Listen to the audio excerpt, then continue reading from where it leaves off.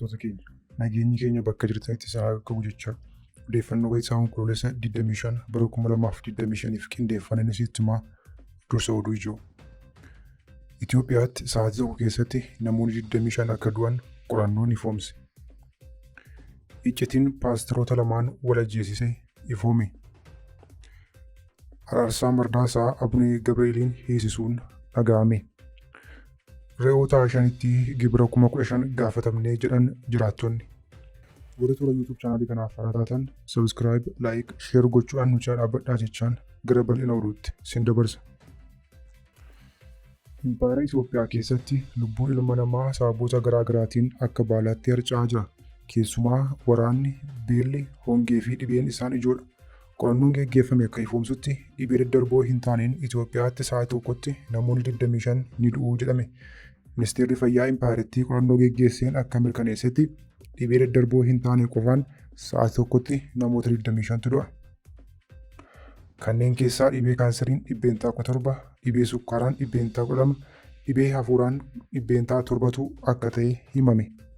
Walumaa galatti namoonni 43.5 ta'an dhibeewwan kanaan lubbuun isaanii akka darbu Ministeera Fayyaatti hoogganaa fi to'ataan garee dhibee daddarboo hin taane Musee Gabra Mikaa'el himaniiru. Hoogganaan garichaa ibsaa isaaniitiin hojii dursa ittisuutiin to'atamuu kan danda'an tatamsa'inni dhibee daddarboo hin taane namoota 100,000 keessaa 554 waggaatti ni ajjeesaa jedhaniiru. Keessattuu hanqina qorichoota dhibee onnee fi hidda dhiigaatiif ajajamanii furuuf tattaaffiin taasifamaa jiraachuu ibsuun dhukkuboonni kun qoricha umurii guutuu fudhachuu fi of eeggannoo kan gaafatan waan ta'eef yaalamtoonni rakkoo xiinsammuutiif akka isaan saaxilaman eeraniiru. Dhaabbanni Fayyaa Addunyaa qorannoo dhiyeenya kana gaggeesseen dhibeewwan daddarboo hin taane 80 ittisuun ni danda'ama jedhee ture. Erga ittisuun ni danda'ama ta'ee qondaalonni Impaayerittii gama fayyaan jiran maaliif tarkaanfii hin fudhanne kan jedhu gaaffiidha. Iccitiin paasteroota wal ajjeesise ifoome. Godina Shawaa Lixaa magaalaa Ambootti paasteroonni wal ajjeesaniiru. Bara kana gochoonni safuu fi daangaa amantaa cabsan hedduun dhaga'amaa kan jiran yoo ta'u, wanti godina Shawaa Lixaa magaalaa Ambootti qaqqabees kanuma mirkaneessa. Magaalaa Ambootti paasteroonni waldaa tokko wajjin tajaajilaa turan maallaqa irratti wal dhabuun paasteriin tokko akka ajjeefamuuf sababa ta'eeraa jedhame. Paasteriin ajjeefame kun Firoomsaa Gammachuu kan jedhamu akka ta'e maddeen himuun yeroo baay'ee baajetii waldaatti akka hin qisaasamne nama gaafachaa ture ta'uu eeran. Kanumaan paasteriin yakka ajjeechaa raawwate kun situ uummata irratti kakaasa jechuun morma haqaaqee lubbuu isaa dabarsee jedhame. Paaster Firoomsaa Gammachuu fuudhee nama gaa'ela qabu yoo ta'u, abbaa daa'ima gannatii ture jedhame. Kana malees yeroo ammaa haati manaa isaa ulfa 9 akka taate madda oduu keenyaa ifoomseera. Hidhamuu Abunee Gabrielii fi Araarsaa Mardaasaa. Biltiginnaan dhiittaa mirga namummaa ilmaan Oromoo irratti raawwatu jabeessee itti fufuudhaan amma immoo paappaasii hidhuun dhaga'ame. Hundeessitoota Sinodoosii Oromiyaa keessaa tokko kan ta'an Abunee Gabriel biiroo bulchiinsaa fi nageenyaa Oromiyaatiin ajajni darbee hidhamuutu himame.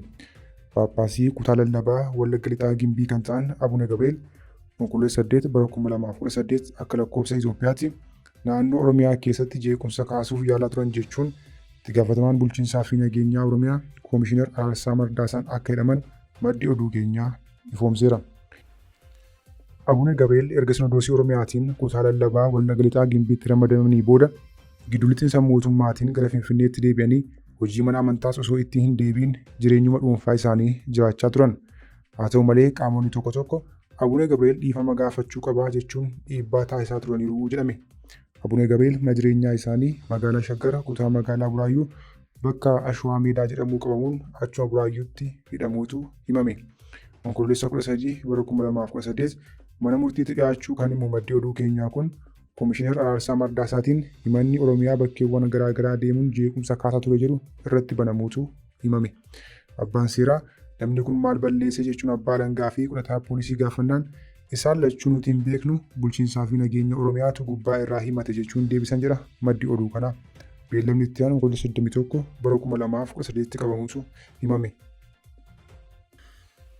Re'oota 5tti gibira 15,000 gaafatamaa jirraa jedhu jiraattonni. Impaayera bututtee dinagdeen ishee waraanaa fi bilicii maqaa misoomaan balleessuun raafama dinagdee keessa seenee kan jiru Biltiginnaan saamicha maqaa garaa garaatiin taasisuu itti fufeera.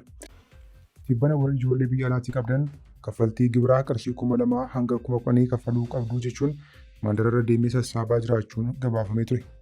Amma ammoo sirnichi qonnaan bultoonni beeyladootatti gibira bifa addaan akka kaffalan ajaja dabarsuun dhaga'ame. Qonnaan bultoonnii fi horsiisee bultoonni akka jiranitti re'ee tokkotti gibira qarshii 3,000 gaafatamnee jiru.